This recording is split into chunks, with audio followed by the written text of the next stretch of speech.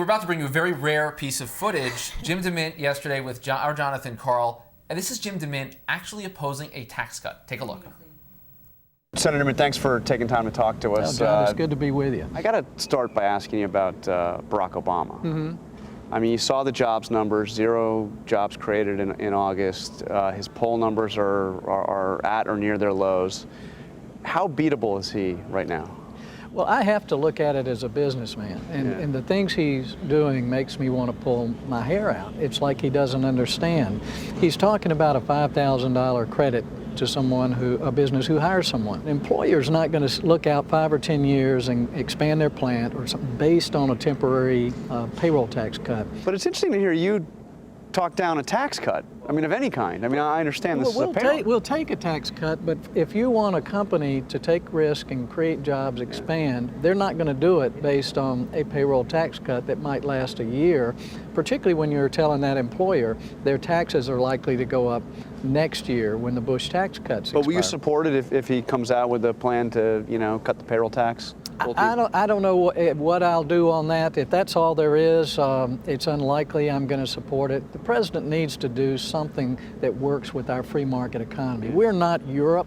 But this will be a moment. We'll have Jim DeMint voting against a tax cut. I mean, that's I don't know if I'd vote against it or not, because, I mean, it's not going to really help create more jobs. Yeah. How do you assess the chances of defeating Obama next year? I mean, given where the economy is, you know the trends, you know unemployment rates and presidential re-election tend to be some correlation there. I mean, what do you think? How beatable is he? Well, right now he's very beatable, but I still think he believes the American people are stupid, and I hate to be disrespectful in that way, but the things he keeps saying and promising and talking about are nonsensical. It's a long time between now and the next election. The president is going to put things out this week like a payroll tax cut or a tax credit for hiring people and dare Republicans to vote against it. If we vote against it, he'll blame us for a bad economy.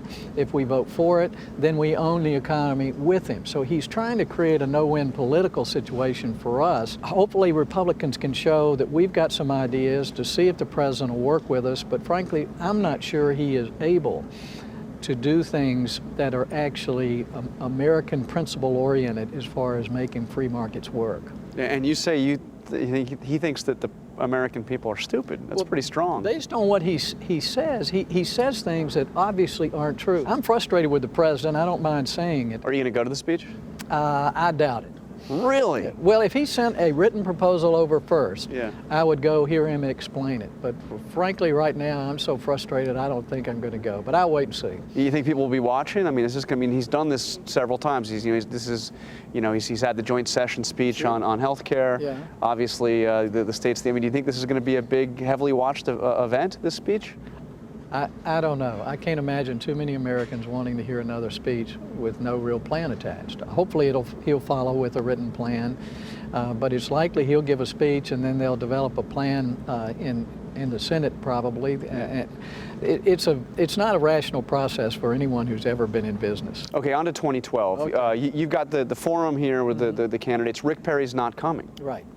Disappointed? Oh yeah, I'm disappointed. I just talked to the governor, but he has to be back in the state. I mean, yesterday they had some wildfires. This morning it looks like a real disaster. People have been killed, and he needs to be back in the state. A lot of people are coming to hear the governor firsthand today, so they'll be disappointed.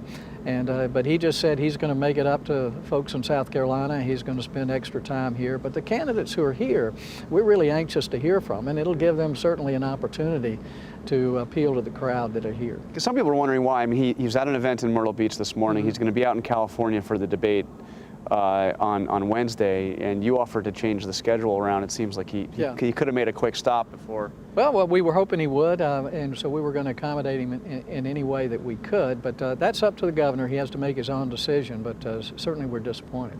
How strong a candidate is Rick Perry? I don't know yet. I've never met Rick. We've talked on the phone several times, and I know he's the new one in the race, so he's attracted some attention. But it's a long run between now and the final nomination. Because there's been this impression that here's the new Tea Party favorite, Rick Perry, you know, conservative, fed-up governor of Texas.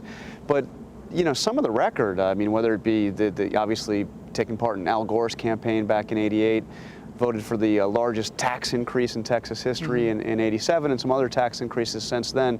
I mean, are you convinced that he's as conservative as he's kind of been portrayed? There are things I like about all the candidates, but I'm going to hold my endorsement until I find out more about them. Not only what they've done in the past and what they say today, I want to see what they say and do about what Congress does and the President does over the next few months. I want to hear what they say about the President's jobs plan or what this new super committee comes out with. How are our candidates going to respond? I think we're going to find out a lot more about these candidates if we withhold support. I know some people are going to jump sides, but we've got a lot of people here from Iowa, New Hampshire, South Carolina, Florida. We're going to wait a little while to see how this really... I understand. I guess the question is, how important is somebody's record? I mean, they can say that they're going to be against everything Obama's doing. They can say they're going to fight the super committee and they're going to push for tax cuts and spending cuts. But how important is what somebody's record's meant? It's a big part of it. Well, I'm looking for... I keep talking about three things. They have to have character. That's personal character, integrity. They have to have the courage to tell Americans the truth, even when it's not popular.